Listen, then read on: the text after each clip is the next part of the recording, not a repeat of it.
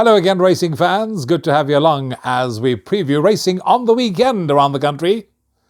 We've got standalone racecourse race meetings, one in KZN on Sunday and the one we're about to preview down here in the Western Cape. We're at Hollywoodbets Kenilworth on Saturday for an 11-race program, 2 feature races on the guard, and we're off to a bright and early start at 11:20. Weather-wise, it's been overcast, it's been cold, and we've had intermittent rain in the build-up to the weekend. So I would suggest approach this meeting with caution. It's going to be soft underfoot conditions. So whatever you like, whatever you've heard, whatever you've been tipped, put it all into the melting pot. Play a nice big perm, take a smaller percentage, keep fingers crossed, because I do think that the exotics and the dividends are going to pay handsomely at Hollywoodbets Kenilworth on Saturday, because I thought it was quite a difficult card in finding winners at by and large, because there are races where you can actually make a case for more than half the field. If you're also going to be getting involved in the Hollywoodbet Punted Challenge, those free entries need to be on 5 minutes prior to the advertised starting time of the first. Spend the $50 and play the bet slip, because that puts you in line for that double life-changing jackpot. Now, as I said, not an easy card. Soft underfoot conditions. First race already tells you that you need to play wide. In fact, 1 of 5 can win the first race on the card. Number 1, Star Major, is at 2.5 to 1. Number 2, Gold Gaboski, 3.57. 9 New World at 3.57. 10 United Front at 4 to 1. And it's 5 to 1, number 10, Diamond Days. Now, where do you go in the first? Because any one of those that I've just mentioned can win. They've all got the form. But I'm going to side with the stable I think is most in form, and that's the Canamea Yard. And I'm going with number 5, Diamond Days. This horse to me is coming along the right way. Was literally caught in the shadow of the post last time out by a horse called Roland Garros, who has subsequently come out and won since then, and will also be lining up in the feature race a bit later on the card. To me, this horse has got what it takes to win a race of this nature. The stable and jockey are in firing form not only here but in KZN. So I'm going 5 Diamond Days to win the opener, ahead of 9 New World, 1 Star Major and 2 Gold Gaboski. Race number 2. It's a maiden juvenile plate for fillies. 10 runners to line up at the 1400 metre mark, and I'm looking no further than the favourite in the opening leg of the bipot. You need to be on at 11:55. Number 6, Splash of Colour, to me is the one they're all going to have to beat. From an opening call of 1.67 is now 1.82. This is the half-sister to Flying First, Padre Pio, and also San Pedro. This horse has got that come on look about her. She certainly showed the improvement from first to second start. She will be running on in the closing stages. If you look at her style of racing, she's on the up, and with any amount of natural progress still to come, she's having a 3rd career start. To me, 1 to beat. 6, Splash of Colour to beat 1, Love Her Madly. 7 on Sidium, 8 Got the Look. 12:30 is the off time of race number 3. That's when you need to be on with your place accumulators. Maiden plate with 9 runners to line up at the 1,000 metre mark. Here we've got a first time at top of the boards. Number 1, October Storm, from an opening call of 1.25, has shortened in even money. Number 7, Digby's at 3.57 to 1. 6, Iko 4 to 1. 8.33 and upwards, bar those. None of them really has the form to get excited about. Can't say any of them are going to Hollywood pretty soon, unless number 1, October Storm, follows in the footsteps of some of his half-brothers and sisters. In fact, the half-brothers and sisters to October Storm includes October Morn and Tempting Fate, who have both won at Grade 1 level. Oktoberfest runs in race 9 on the programme. And I wrote here, if not green, will make its presence felt on debut. I then went to look at the comments that were summarised very nicely and issued by the National Horse Racing Bureau. And Vaughan Marshall says, October Storm shows good work at home. Good enough for me. 1 October Storm to win it, ahead of 7 Digby, 6 Iko, and 8 Thunder Down Under, the selections for race number 3. Moving on to race 4, which is an open maiden for fillies over 1,400 metres and 11 of them will line up and face the starter. Again, one of those races where you can make a case for more than one of them, or you can go short. Choice is yours. 2-1, number 2, Taylor's Version. 3.33, both 1 Meg's Legacy and 5 Red Coral. 5-1, number 10, Red State. Double figures and upwards, the others. I'm going with a horse that's attracting the market support on Hollywoodbets.net, and that's number 2, Taylor's Version. From 2.5-1 is shortened into 2-1. This horse raced handy last time out, has also improved with each and every one of its starts. The last one was over the course and distance, literally got one out of it in the closing stages. Certainly is still improving with racing. Drawn 2, third one after rest, should be cherry ripe to run a peak race for us. So I'm going 2 Taylor's Version to win it, ahead of 1 Meg's Legacy, 5 Red Coral, 10 Red State. 13:40 is the time race 5 jumps, and that's when you need to be on if you are going to be playing jackpot number 1, a C Stakes where 10 runners will line up at the 1,950 metre mark. Sure, not easy. This is one of those races where you probably have to take the pen, do that, hope where it lands. That's the one that wins, because you can get 3.57 in the field. 4 ahead of the facts, 3.57-1, along with 10 Heliotrope at 3.57-1. After that, it's 4.55, number 3, Quite a King. 5.56, number 5, Woodworld. 6.67, number 6, Repetition. And Ario Vistas at 7.69. 10-1 and upwards, the others. You could probably make a case for each and every one of those that I've mentioned that find themselves in single figures in the betting. I'm hoping that Candace Bass Robinson will have the double races 4 and 5, and I'm going with 10 Heliotrope. Andrew Fortune this time does duty on board this daughter of Rafif. She's got solid form coming into this race. She was in front till the 250 metre mark and then got run out of it and had to settle for second. My concern was 10 out of 10, but then I remembered the style of racing.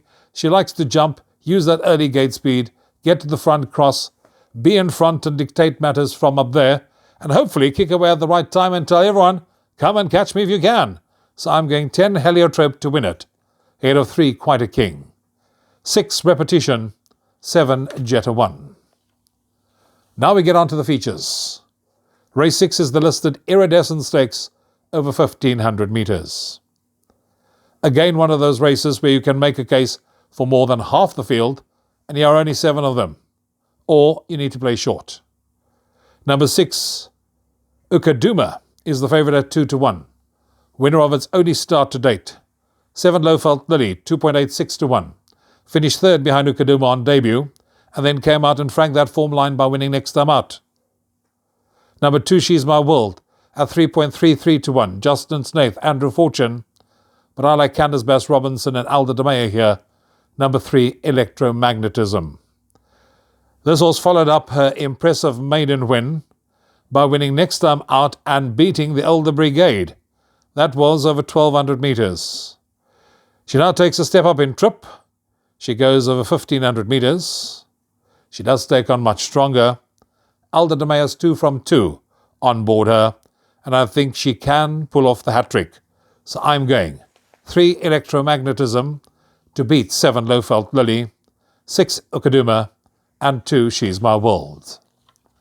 The Langaman, Grade 3 Race 7, steeped in history and tradition, is the other feature race on the card, and this race is normally the foundation and stepping stone for future champions. And how many of them haven't we seen come out of this race if one looks at the roll of honour of this particular contest? Here, number 2, Dreamworld, is at 2.86-1. Number 6, Roland Garros at 3.03, going for the hat-trick, along with 7, Rudolph Hurst, from the stable of Justin Snaith at 3.03. But it's the unbeaten Son of Vincent Getrix, also from the Justin Snaith yard, that I'm going for, and that's number 5, Happy Verse. Won both starts today. The last one was over 1,400 metres, and I do think we'll enjoy the step up to 1,500. Last time out, he beat a horse called Firing on All Engines, who has subsequently come out and franked that form line by winning next time out.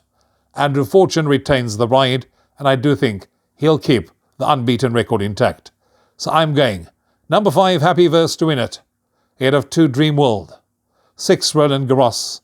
And 4, Absolute Neus. Race 8 on the card is a Class 4 fillies and mares, benchmark 80, to be run over 1,600 metres. And here I'm looking no further than number 2, Lady Lookalike. She's currently 2.5 to 1 in the anti-post market on Hollywoodbets.net. She followed up her most recent win with a very good short-head second last time out, and I remember that race distinctly. She really challenged strongly all the way to the line and literally got collared on the line by La Divina. A repeat of that kind of performance will certainly make her very competitive in this lineup. Richard Free has been booked to ride for James Crawford. From Stallgate 2, she'll have the run of the race. I'm going 2, Lady Lookalike, to beat number 6, Cam Chatka, 5, Miraculous, 1, Pentalina. We're on to race 9. It's a Class 4 fillies, benchmark 80, to be run over 1,200 metres, and 12 runners will face the starter in the 9th race on the card, and this is one of those races where you could probably make a case for about 4 of them. 3, Rikki Tikki Tavi is at 3.57 to 1. Next best, you got number 4, Oktoberfest, who's at 4.55 to 1. 2, Maritzburg Memory is at 5.56 to 1. You can get 6.67. Number 5, American Ultra, and 7.14 and upwards bar those. So it's one of those races, you either go short or you go wide. I decided I'm going to put all my eggs in the basket of number 3, Rikki Tikki Tavi. This one from the informed stable of Andre Null. Cornet Offer will be doing duty. This horse literally showed the marked improvement from first to second start.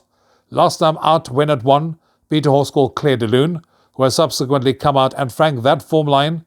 This horse is ideally course and distance suited and should strip fit her second run after a rest. So I'm going 3, Rikki Tikki Tavi, to beat 11, Pocket Dial, 2, Maritzburg Memory, and 6, She's Got Class.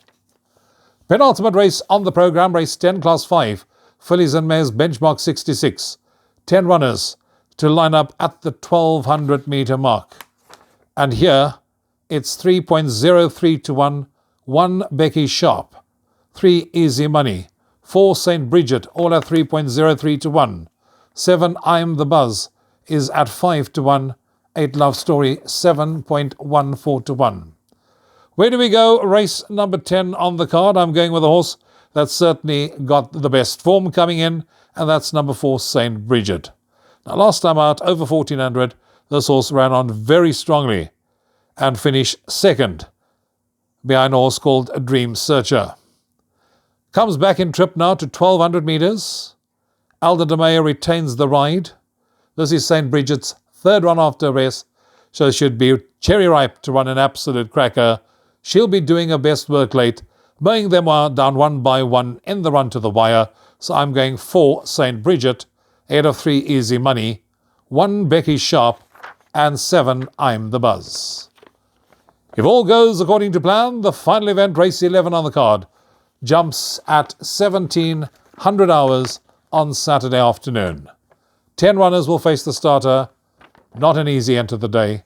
Again, you need to put in quite a few runners if you want to win something on the last race on the card, despite the fact that there are only 10 of them. In fact, the betting makes it a very wide open affair. 4 to 1, number 1, Miss World. 5, Tanneron, 4.55, along with 9, I'm So Pretty at 4.55 to 1. 7, Nordic Chief at 5.56 to 1, and it's 7.14 and upwards the others. So again, you can see by the betting, not an easy way to end the day. I'm going with 7, Nordic Chief. If you look at this horse's distance record over 1,000 metres, for 6 runs, has won twice and finished second once. This horse stayed on nicely when third over 1,100 metres last time out, and I do think that with Cornet Offer doing duty for Andre Null, this horse should be doing its best work late again. In the closing stages, will be up there and then kick away at the right time and should be competitive in a race of this nature. 7, Nordic Chief to win the last, ahead of 5, Tanneron. 6, Elusive Winter, and 1, Miss World. And that was our marathon session at looking at the 11 races on the card at Hollywoodbets Kenilworth. I trust you'll have an enjoyable and profitable day's racing. Till next time, from me, Rouvaun. Cheers for now.